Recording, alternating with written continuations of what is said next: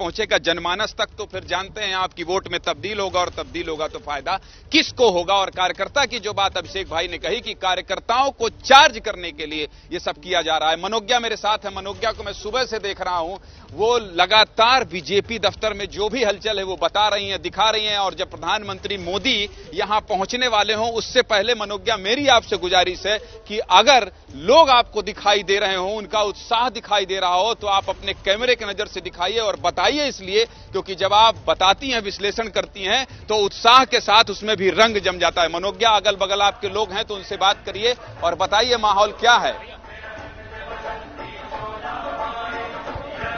ज्ञानेंद्र, अगर मैं आपको बताऊं कि इस समय क्या माहौल है तो एक और जहां गाने बज रहे हैं उसके साथ उत्साह कितना है। आज कितना बड़ा दिन है। आज बहुत खुशी, ऐसा बहुत इतनी खुशी है, आज इतनी खुशी है कुछ कह नहीं सकते, बस कोई तुलना ही नहीं है खुशी की। G20 का सक्सेस है कि मोदी जी क्या? मैं ये कह रहा हूँ ऐसा कोई कर नहीं सकता, और कर दे तो हमें पकड़ लीजिए। हम देखिए बहुत सारे लोग कितना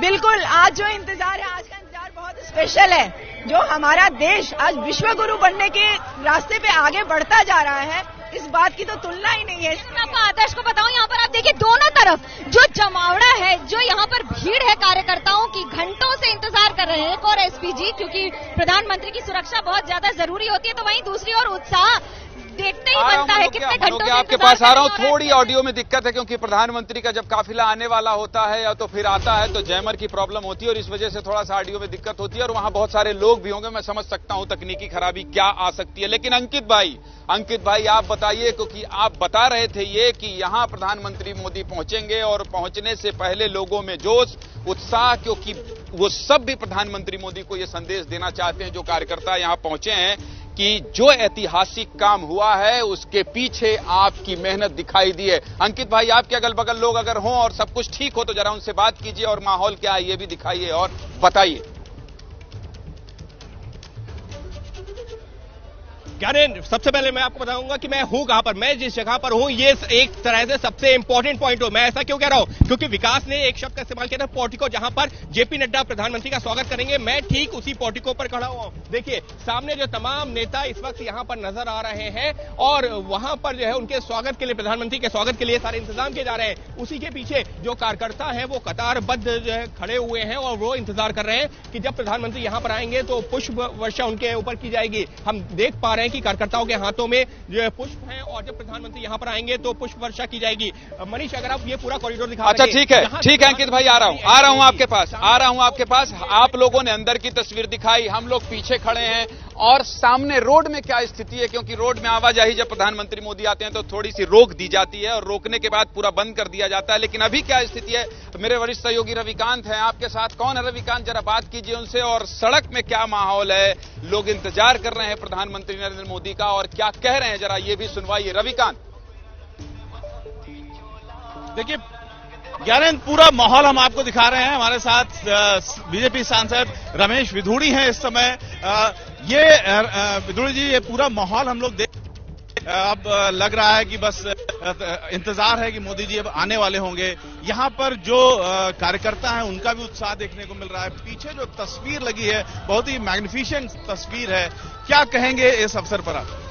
भारतीय जनता पार्टी का कार्यकर्ताओं को गौरवान्वित होने का अवसर मिला है। हमारी आइडियोलॉजी पार्टी की nation first, party second, self last. तो हमारी पार्टी का नेता और दुनिया आज हमारे पीछे पूरे भारत के 140 करोड़ लोगों को सम्मानित कर रही है।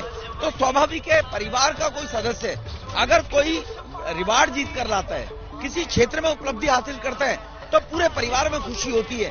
तो भारतीय जनता पार्टी परिवार का नेता, और अगर पूरी दुनिया उनके पीछे खड़ी है। आज G20 के दौरान पूरी दुनिया में G20 कहीं भी हुई है, सभी के सभी प्रस्ताव सर्वसम्मति से पास हो जाएं, ये पहली बार हुआ है। पूरा देश महात्मा गांधी जी की समाधि पर, जब देश आगे था तो पूरा का पूरी दुनिया महात्मा गांधी जी की समाधि पर माननीय प्रधानमंत्री जी के पीछे थी। तो जो वसुदैव कुटुंबकम प्रधानमंत्री जी ने कहा, हमारी संस्कृति ने, सनातन संस्कृति ने कहा है, तो भारतीय जनता पार्टी के लिए गौरवान्वित होने वाला क्षण है। गौरवान्वित वाला क्षण है। आपसे बात करेंगे, एक बार तस्वीर दिखा दें। यहाँ पर सामने जो तस्वीर है प्रधानमंत्री मोदी के आने के ठीक पहले ये इस समय माहौल है।